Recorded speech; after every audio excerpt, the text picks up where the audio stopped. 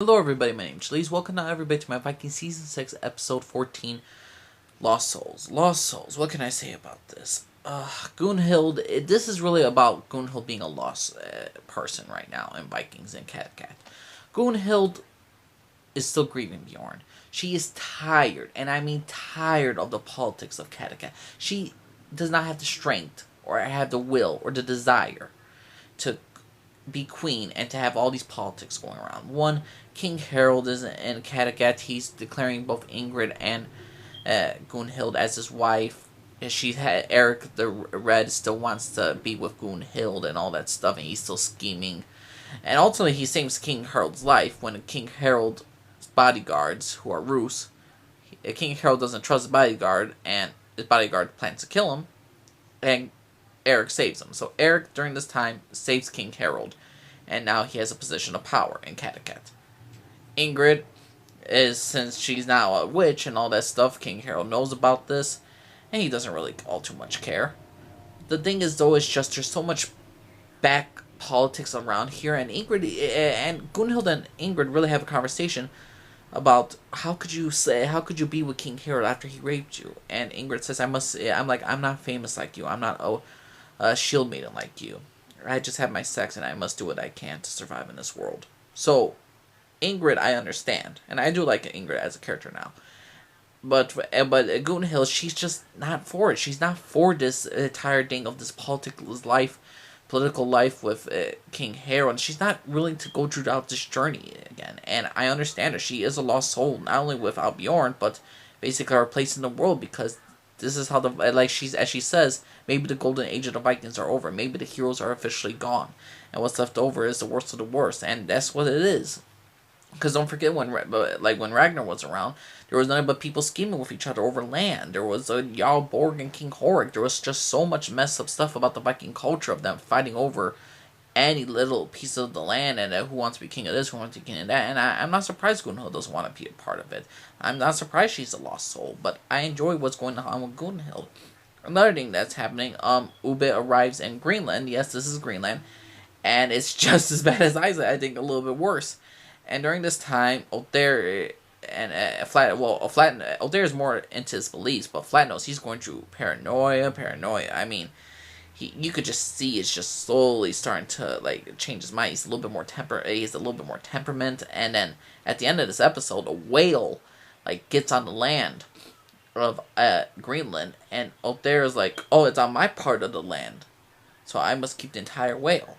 And everybody's just looking like he's crazy, so you're like, oh shit's gonna hit the fan next episode, for sure.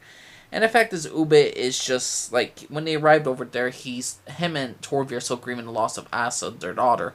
And Torvi, I know a lot of people are gonna complain about Torvi, oh, she's not really grieving for her daughter and all stuff, but the thing about Torvi is she's lost so many of her children already, and Asa she just lost, and she says we won't speak about Asa again, but while she says that, she's trying not to cry, and she's just kissing her baby, and she's holding on to her last child, Ragnar, for dear life, because if she loses Ragnar, she is dead.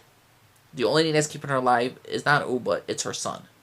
If Asa was the last of her child, Torvi would have probably committed suicide and thrown herself in the water, because that's where it's at right now. So I don't want to hear none of this bitching stuff about Torvi. Oh, she's a terrible mother, doesn't want to grieve for her son and all that stuff. But no, to me, I think Torvi is grieving her own way, and she's just got to move on, and she needs to push herself, because if she just wallows in misery, she's going to continue wallowing in misery. And right now is not the time to be wallowing in misery, especially a part of Greenland where you have no food and hardly any water.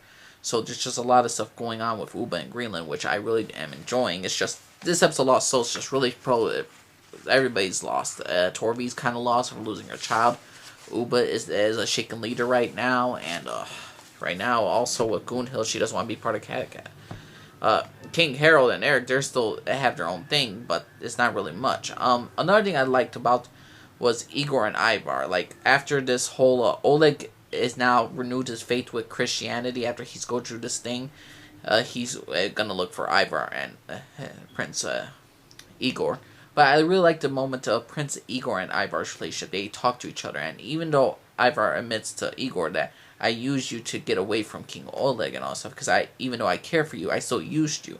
And Oleg says he doesn't matter because he still loves him. Like, no one's treated me as much as you treated me. And then I see myself as crippled. He made me feel like Prince Igor said that Oleg made him feel like a cripple. If he made him feel useless, and he says that maybe you see a bit of me in you, and a bit of me in you. So I love the relationship between Ivar and Igor. I think it's a nice kind of like father-son relationship in many cases, and it really shows Ivar's growth as a character. So a lot of people don't like the Russian storyline with Ivar. To me, I think they mishandled a bit of things, but the ultimate end goal was to get Ivar and Igor like close, and I really think Ivar did. I knew Ivar was always gonna be close to a child, but it made him grow more as a human being. He ain't. I think Ivar has changed in many ways with Igor, and it just really brought out more of Ivar's sensitive side. So, and there's another thing that Ingrid's not even really sure that the child she's carrying is Bjorn's child. So it's a very interesting episode.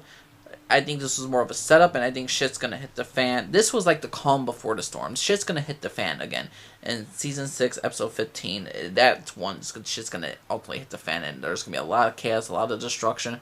Characters will probably die, or characters will probably just leave, and all. Well, more likely, I think Flatnose is gonna go down, but I thought Flatnose was gonna go down. But to me, Vikings season 6, episode 14, Lost Souls. What can I say? It was a pretty dang good setup episode. It was a calm before the storm. I cannot wait to see episode. Well, I already seen episode 15, but the thing is, though, I cannot wait to share my opinions about episode 15 with you guys. So, everybody, what you all think of Viking season 6, episode 14, Lost Souls? What did you think of it? Do you think it was a great episode of Vikings? Do you think it was a terrible episode of Vikings? Let me know what y'all think. Everyone, to meet you least. After everybody. Bye.